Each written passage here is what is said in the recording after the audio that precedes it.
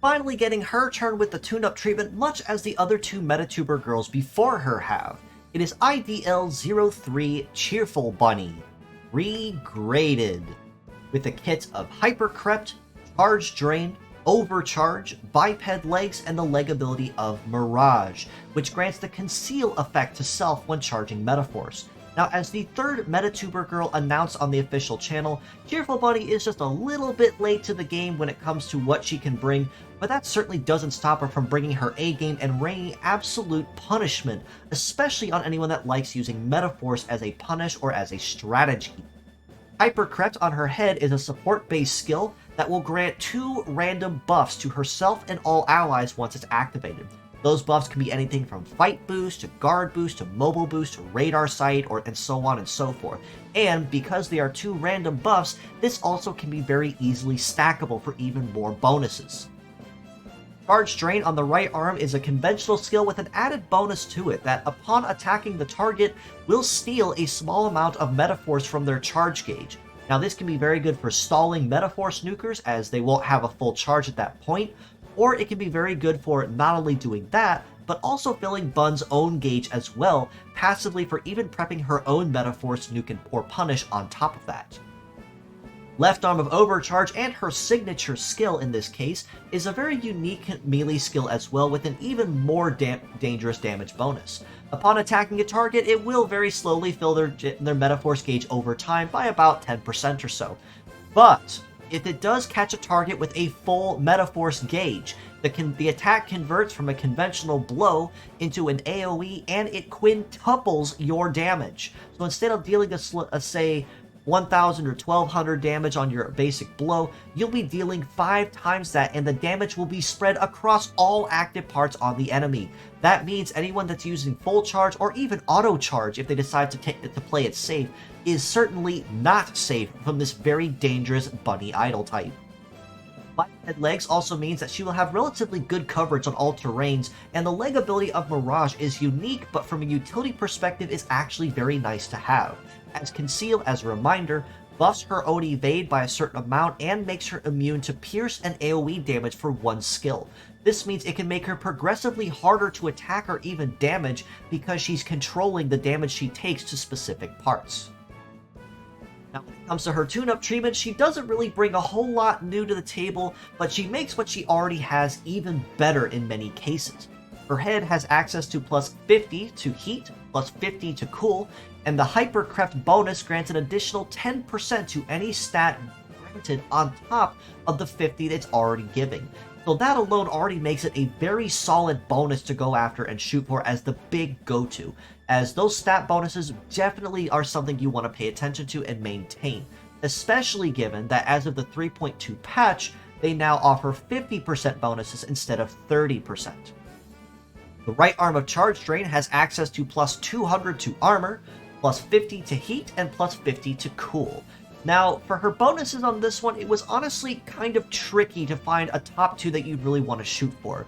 The armor is always nice to have and generally something you can't ever go wrong with using, but between the extra bonus to her power or to her heat skill, I would honestly say you could go either direction and not really see any major difference in performance, as 50 really isn't something you'll see too much of a noticeable difference in.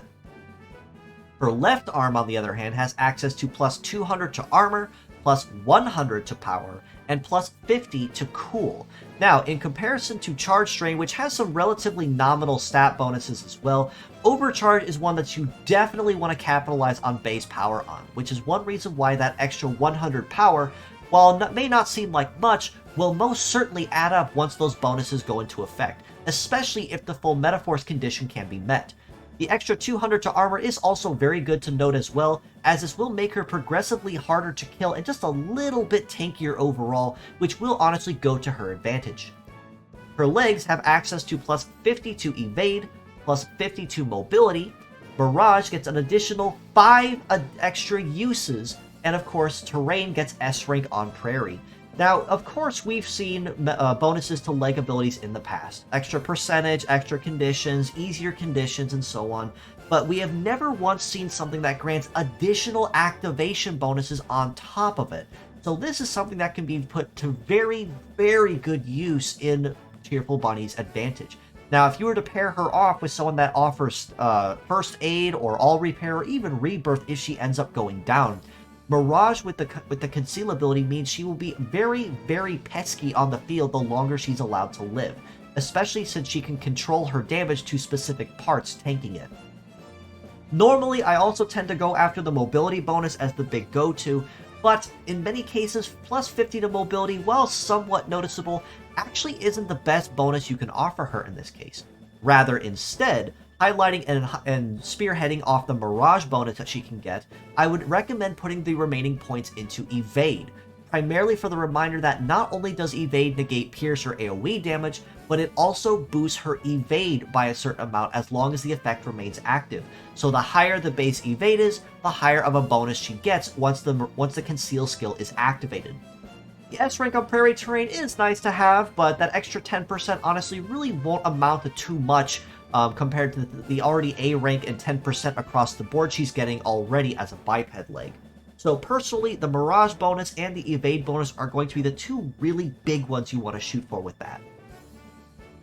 Now, taking into account her original pure set and mixed parts scores, I originally graded her at a 7.5 for her pure set and an 8 for her mixed parts score, because she had very good synergy with herself as a pesky fighter and an interruption-based fighter, and her Metaforce Sustained and Punish makes her a very good one to basically state, I am one who giveth, and I am one who taketh away. And if you have too much, I will very brutally punish you for it.